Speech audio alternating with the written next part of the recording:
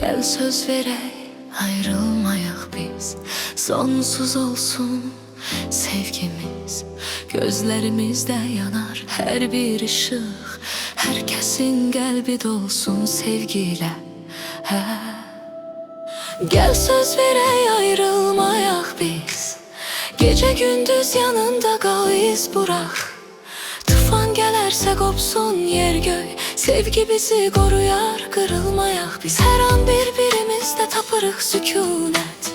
Ürəyimizdə alov sönməyəcək heç vaxt. Səni görəndə dayanır zaman. Könlümə enir bahar bir an. Bir gülüşün yeter mənə hər an. Seninle dünya başka, seninle rahatam.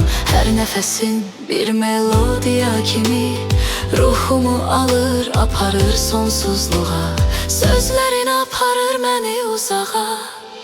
Yolların sonu getirir ocağa. Ne kadar ayrı düşsek biz havası, yüreğim çağırır seni yine kucağa.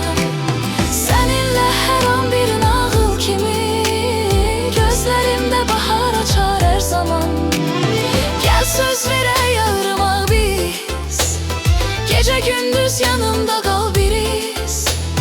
Tufan gələrsə qopsun yer göy. Sevgi bizi koruyar, kırılmayaq biz. Birbirimizde tapırıq güç ve sükunet.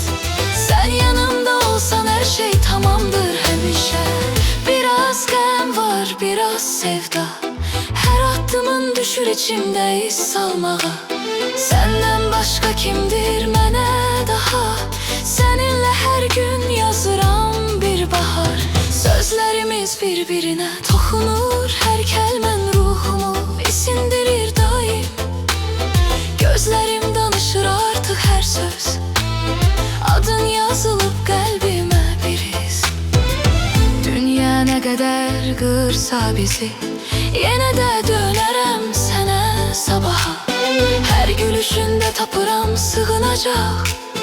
Seninle her an bir ömür boyu seyahat. Elim eline değsin, gözüm gözüne değbilsin. Bizim sevgimiz yeter herkese. Allah korusun hiç kim bölmesin. Her aramız bir hatire.